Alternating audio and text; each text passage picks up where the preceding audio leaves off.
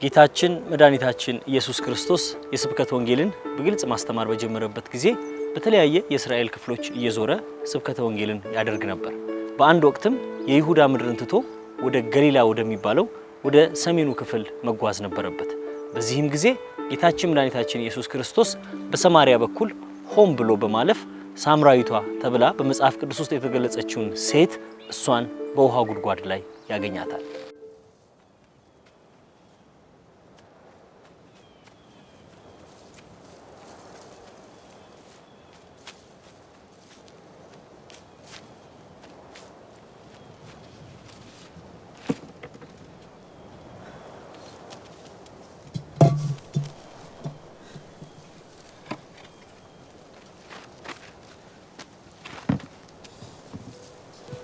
ሳምራዊቷ ሴት ተብላ የተገለጸችው ማነች?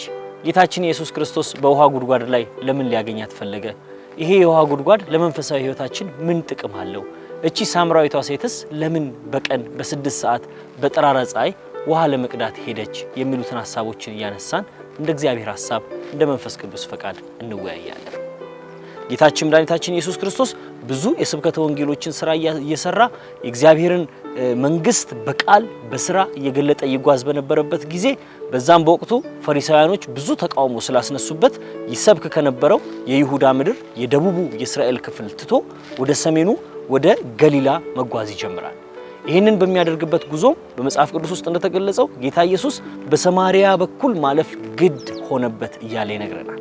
በሰማሪያ በኩል ጌታ ኢየሱስ በሚያልፍበት ጊዜ በመንገድም ስለደከመው ጌታችን ኢየሱስ ክርስቶስ በአንድ የውሃ ጉድጓድ አጠገብ ይቀመጣል። ደቀ መዛሙርቶቹም ምግብ ለመግዛት ወደ ከተማ እንደሄዱ በወንጌል ውስጥ ይጠቀሳል።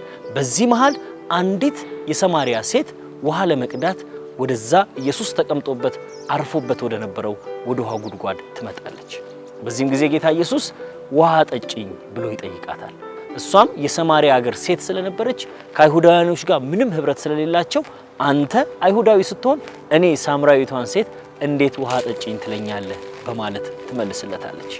አይሁዳውያንና ሰማሪያ ወይም ደግሞ የሰሜኑ የእስራኤል ክፍል ዋና ከተማ ሰማሪያ ተብላ የምትጠራው በተለያየ አይነት ምክንያቶች እነሱ አይሁዳዊነታቸውን ያቋረጡ የእግዚአብሔር ልጅነታቸውን የተዉ ናቸው።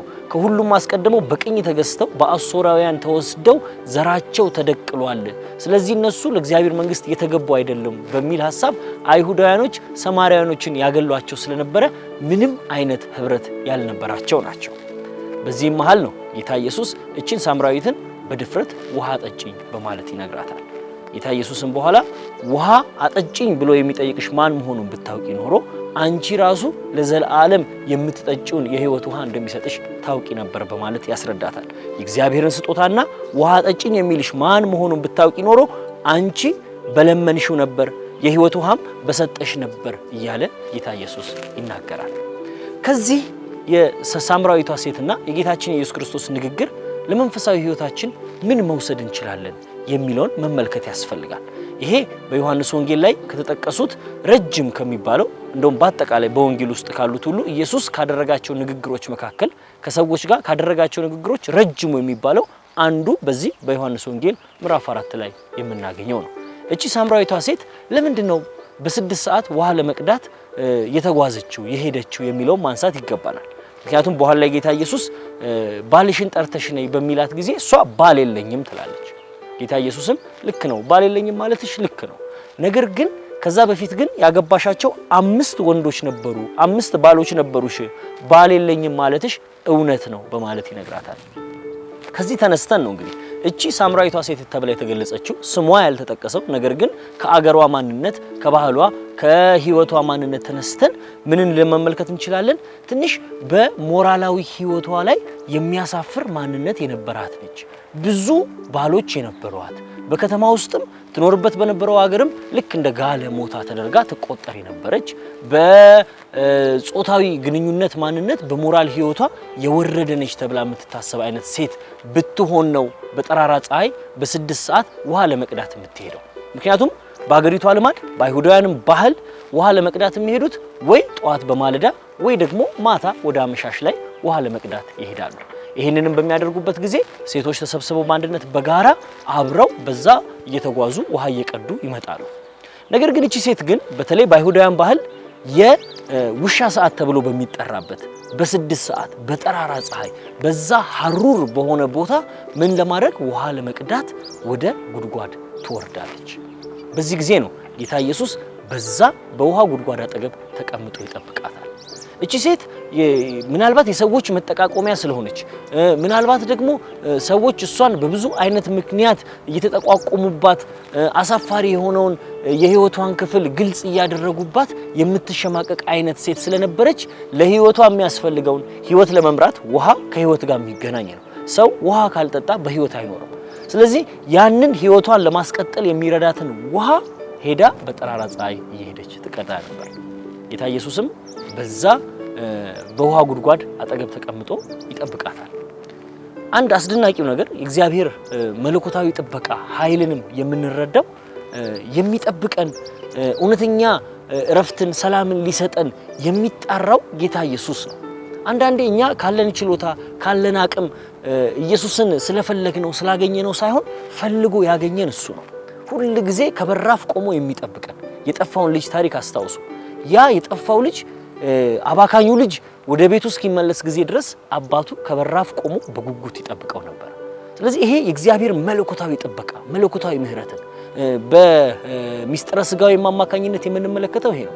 እግዚአብሔር እሱ ረቂቅ የማይመረመር አምላክ ሆኖ ሳለ ወደኛ ህይወት ውስጥ የሚገባው እሱ ነው። ዛሬም በእያንዳንዳችን የህይወት ክፍል ውስጥ ጌታ ኢየሱስ ሊያልፍ ይፈልጋል። ዛሬም እኛ የህይወታችን ቁም ነገር ነው ብለን ባስቀመጥነው የህይወት ክፍል ውስጥ እውነተኛ የሆነውን የህይወት ቁም ነገር ሊሰጠን ከበራፍ ቆሞ ያንኳኳል። አስደናቂው ነገር ይሄ ነው። እነዚህ ሰማርያውያን ተብለው የተጠቀሱት በምንም አይነት መንገድ ከእግዚአብሔር መንግስት የተለዩ ናቸው ተብለው የሚታሰቡ ናቸው። አይሁዳውያን እንደ ሰው እንኳን የማይቆጥሯቸው ናቸው። በዛ ላይ ደግሞ ሴት አንደኛ ከባህሏ ማንነት ከሀገሯ ማንነት እቺ ሳምራዊት ተብላ ተጠቀሰች። ሁለተኛ ኢየሱስ ክርስቶስ በነበረበት ዘመን ሴት መሆን ራሱ እጅግ አስቸጋሪ ከባድ ማንነት ውስጥ የነበሩበት ወቅት ነው እና ይሄንን ሁሉ ነገር ይዞ ጌታ ኢየሱስ ሚላል ስለ አንዷ ማንንም ስለማያውቃት ሰዎች ሁሉ ማሾፊያ መጠቋቆሚያ ስላደረጓት ወገኖቿ እንኳን ስላልተቀበሏት ስለ አንዲት ነፍስ ግድ ይለዋል። ቁጭ ብሎ ይጠብቃል። በዚያም ያዕቆብ ጉድጓድ ነበር። ኢየሱስም በመንገድ ከመሄድ ደክሞ በጉድጓድ አጠገብ ተቀመጠ። ኢየሱስ ደክሞት እንደነበረ በወንጌል ውስጥ እናገኛለን። ይሄ የኢየሱስ ክርስቶስን እውነተኛ ሰብአዊ ባህሪ ነው የምንመለከተው። መጠማቱን እናያለን። ውሃ ጠጭኝ ይላታል። ይሄ የሰው ባህሪ ነው። ኢየሱስ ፍጹም ሰው ነው። 100% ሰው ነው። 100% አምላክ ነው ስንልም ከዚህ ሐሳብ በመነሳት ነው። ስለዚህ ጌታ ኢየሱስ ምንድነው የሚለው? ከዚህ ሴት ጋር ንግግር ያደርጋል፣ ይነጋገራሉ። ያ የተደበቀውን ውስጧን ደብቃ ይዛ የነበረውን ነገሯን ኢየሱስ በቃሉ አማካኝነት ምን ያደርገዋል? ያፈራርሰዋል፣ ወደ ውስጧ ይገባል። እኔ ከምሰጠው ውሃ የሚጠጣ ሁሉ ይላል ለዘላለም አይጠማም። እና አንዳንዴ የነፍስ ጥማት ምንድነው? የነፍሳችን ጥማት ረፍት ትፈልጋለች። ነፍሳችን ረፍት ሰላም ትፈልጋለች። ነፍሳችን የእግዚአብሔርን ምህረት ትፈልጋለች። ነፍሳችን በእግዚአብሔር ህልውና ውስጥ መንሳፈፍ እግዚአብሔር በሚገለጥበት ማንነት ውስጥ መደሰት ትፈልጋለች እና የእግዚአብሔርን ክብር ማየት ወደ እግዚአብሔር ፍጽምና የምትጓዝ ጥማቷ የነፍሳችን እሱ ነው እና ይህንን ነገር እንዳንደርስ እግዚአብሔር ባቀደልን የህይወት መስክ ላይ እግዚአብሔርን አግኝተን እንዳንጋባ ከሱ ጋር በጥምረት እንዳንኖር የሚከለክለን አንድ ነገር ምንድነው? በስጋዊ ማንነታችን በምድራዊ ማንነታችን ከሰዎች አሳሰብ ካለፈው ስማችን የሚለጠፉብን ነገሮች ሁሉ ወደፊት እንዳንራመድ የሚከለክለን ነገር አንዱ እርሱ ስለሆነ ነው። በዚህ በውሃ ጉድጓድ ላይ የመገኘቱ ሚስጥር በተለይ በመጽሐፍ ቅዱስ በብሉይ ኪዳን ውስጥ በብዙ ቦታ ካየን እነ ይስሐቅንም ቢሆን አብርሃምንም ቢሆን ሙሴንም ቢሆን መመልከት እንችላለን። እነሱ የትዳር አጋሮቻቸውን ሚስቶቻቸውን ያገኙበት ቦታ የውሃ ጉድጓድ ነው። በአይሁዳውያን ባህል አንድ ለአቅመ አዳም የደረሰ ወጣት ሚስት የምትሆነውን ሴት ፍለጋ ለማጨት እንኳን የሚወጣው በውሃ ጉድጓድ አካባቢ ነው። ስለዚህ እቺ ሳምራዊት ቅዱስ አጉስጢኖስ እንደሚል የቤተ ክርስቲያን ምሳሌ ነች። ኢየሱስ አስቀድሞ በዮሐንስ ወንጌል ምዕራፍ 2 ላይ በቃና ዘገሊላ ሰርግ ላይ ሊያገባን የመጣ እውነተኛ ሙሽራ አድርጎ እኛን ሊቀበለን በደሙ አጥቦ ንጹህ አድርጎ ቤተ ክርስቲያንን እንደሚይዝ ሊያገባን የሚፈልግ ክርስቶስ እንደሆነ በግልጠቱ በመጀመሪያው ምልክቱ ያስረዳናል። ከዛም በዚህም ላይ እነዚህ ሳምራውያን የተባሉትን የተናቁትን የተተዉትን ከእግዚአብሔር መንግስት እናንተ ዋጋ የላችሁም ተብለው በሰው አሳሰብ በሰው ሃይማኖታዊ ፍልስፍና የተለዩትን ሰዎች ሊያገባ የሚመጣ አምላክ ነው። ዛሬም ጌታ ኢየሱስ እኛ እያንዳንዳችንን ልክ እንደ ሙሽራ ሊያገባን ወደኛ ህይወት ውስጥ ሊገባ ከኛ ጋር በጥምረት ሊኖር የሚፈልግ አምላክ ነው። ይሄን ልንቀበል ይገባል። ስለዚህ ጥልቅ የሆነውን የውሃ ጉድጓድ በውሃ ጉድጓድ የሚመሰለው ምንድነው? ያ ከዛ ከጉድጓዱ ውስጥ የሚወጣውን የሰውን ጥልቅ ጥማት መሙላት የሚችል የክርስቶስ ፍቅር ብቻ ነው። ክርስቶስ ብቻ ነው በሰብአዊ ማንነታችን የህይወት ፐርፐዛችንን በህይወት ውስጥ የሚያስፈልገን ነገር ምንድነው የሚለውን ነገር መሙላት የሚችል የነፍስን ጥማት መሙላት የሚችል ጌታ ኢየሱስ ክርስቶስ ብቻ ነው። ስለዚህ እቺ ሳምራዊቷ ሴት ከክርስቶስ ጋር ባወራች ቁጥር ከክርስቶስ ጋር በተነጋገረች ቁጥር ያ ውስጧ ተቀምጦ የነበረው የድሮ ማንነቷ ያለፈው ማንነቷ ቁጭቷ ኃጢያቷ ከማህበረሰባዊ አሳሰብ ተቆርጣ የመውጣቷ ነገር ከሰዎች ሁሉ ተለይታ በጠራራ ፀሐይ ብቻዋን ህይወቷን እንድትገፋ የተፈረደባትን ይህችን ሴት ምን አደረገ? ወደ እግዚአብሔር መንግስት ህልውና ውስጥ ከተታት። ይሄ አስደናቂ ነገር ነው። ዛሬም እኛ ብዙ ነገር ወደ እግዚአብሔር ረፍት ወደ ክርስቶስ ሰላም እንዳንገባ የክርስቶስን ነገር እንዳንመሰክር በዙሪያችን የከበቡን ብዙ ነገሮች አሉ። ልክ እንደዛ እንደ ውሃ ጉድጓድ ጊዜያዊ ስሜታችንን ብቻ የሚያረኩ ነገሮች ብዙ አሉ። ለጥቂቱ ለፋታ ለጊዜያዊ ነገር እኛን በቀቢጸ ተስፋ የሚሞሉ ግን ዘላለማዊ ያልሆነ የተፈጠርንበት ምክንያት ያልሆነ ዋናውን ነገር ያልያዝንበት በብዙ ነገር የምንንከራተትበት የህይወት ክፍል አለ። በዚህ ሁሉ የህይወት ክፍል ውስጥ እግዚአብሔር እውነተኛውን ሰላም ሊሰጠን በጉድጓዳችን አጠገብ ተቀምጦ ይጠብቀናል። ውሃ ልትቀዳበት ይዛ የመጣችውን እንስራ በዛ በውሃ ጉድጓድ ላይ ትታ ሄደች ይለናል። ሴቲቱም እንስራዋን ትታ ወደ ከተማ ሄደች። እቺ ሴት ተደብቃ ትኖር የነበረች ሰዎች እንኳን እንዳያዩት ሰዎች ይጠቋቆሙባት ስለነበረ በዚህ ሁሉ ነገር ራሷን ደብቃ ትኖር የነበረች ሴት የኢየሱስ ክርስቶስ ቃል ሲያገኛት ከክርስቶስ ጋር ስትነጋገር ምን አደረገች? ህይወቷን መስርታበት የነበረው ያለፈውን ህይወቷን መስርታበት የነበረውን እንስራውን በዛ በውሃ ጉድጓድ በዛ በጨለመው ያ ጊዜያዊ ደስታን በሚሰጠው ማንነት በሚመሰለው በውሃ ጉድጓድ ላይ እንስራዋን አስቀምጣ ወደ ከተማ ሄደች። ምን አለቻቸው? ሰዎችን ኑ ያደረኩትን ሁሉ የነገረኝን ሰው ኑ እዩ። ኢየሱስ ብዙ ነገር የነገራት አይመስልም። ነገር ግን ዋናው ወደፊት እንዳትሄድ ከልክሏት የነበረውን ነገር ክርስቶስ አፈረሰላት። ዛሬም ለዚህ ነው እኛም ወደፊት እንዳንሄድ የከለከለንን የገደበንን ዓለማዊ አሳሰብ ምድራዊ አሳሰቦችን ከፖለቲካ ጋር የሚያያዙ በዘር መከፋፈላችን የምድራዊ ዕውቀት ከንቱ ፍልስፍና ስጋዊ አሳሰብ የዓለም እስራትን ሁሉ ጌታ ኢየሱስ ሊያፈራርስ የሚችል ብቸኛው አምላክ እሱ እንደሆነ እንድናውቅ እንጋበዛለን። ስለዚህ ለዚህ ነው ህይወታችን የተመሰረተበት ነገር ልክ ከዛ ከውሃ ጉድጓድ የምናወጣበት እንስራ ከሆነ የውሃ መቅጃችን ከቆዳ የተሰራ ተራ ምድራዊ ነገር ከሆነ እሱን እዛው ትተን እውነተኛ የህይወት ምንጭ ወደ ሆነው ወደ ክርስቶስ ህይወት ልንጠጣው ወደ መጣው ልንበላው ወደ መጣው ወደ ክርስቶስ እንድንመጣ እንጋበዛለን። ስለዚህ እቺ ሳምራዊት ሴት ምን አደረገች? ወደ ከተማ ሄዳ ኑ ጉዴን የነገረኝን ኑ እዩ ብላ ሰዎችን ተሸሻቸው የነበሩትን ሰዎችን ምን አደረገች? ጭራሽ ወደ ክርስቶስ ቃል እንዲመጡ ኑና ተገናኙት ኢየሱስን ኑና እዩት ብላ ትመራቸዋለች። እሷ የመጀመሪያው ወንጌላዊት ትሆናለች። የመጀመሪያው ሚሽነሪ የመጀመሪያው ልዑክ የጌታን ቃል ይዛ ሰዎችን ወደ ክርስቶስ እንዲመጡ የምትመራ። እንግዲህ ጳውሎስ ገና ከመነሳቱ በፊት ሌሎች ሐዋርያቶች ገና ለስብከተ ወንጌል ከመውጣታቸው በፊት እቺ ሴት ምን አደረገች? ኑ ጉዴን የነገረኝን ነገር እዩ። አስደናቂ ነገር ነው።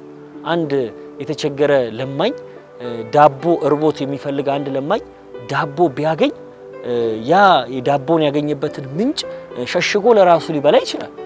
አንዳንድ ግን ደግሞ አለ ሌሎችም ደግሞ ይሄ ዳቦ እንደሚያስፈልጋቸው አውቆ ዳቦ ያገኘበትን ቦታ ኑና ብሉ ብሎ ደግሞ የሚጠራ የህይወት ውሃ።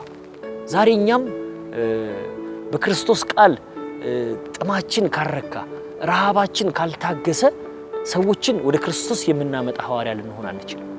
በዚህ ዘመን ሐዋርያት እንድንሆን እንጠራለን። ሁላችን የተላክን እንድንሆን ክርስቶስን በልተን ጠጥተን ያ የበላነውን የጠጣነውን ደግሞ ለሌሎች ማካፈል እንድንችል በባልንጀራ ፍቅር ማደግ እንድንችል ይሄንን ሁሉ ነገር ማድረግ የምንችለው ልክ እንደ ሳምራዊቷ ሴት ከክርስቶስ ጋር ማውራት መነጋገር ቃሉን ማሰላሰል ስንችል።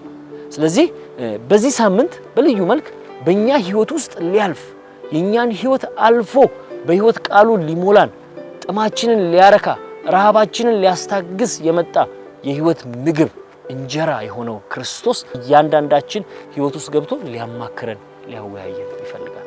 ያ የድሮን ስራችንን ህይወታችን የተመሰረተበትን የማይጠቅመውን ነገር ትተን በክርስቶስ ቃል የምንሞላ ሰዎች ልንሆን ይገባል። ጌታ ኢየሱስ እንደሚል ነው በመንፈስና በእውነት የሚሰግዱለት ጊዜ ይመጣል እንደሚል እኛም ጌታ ሆይ ለአንተ በእውነት መስገድ እንፈልጋለን።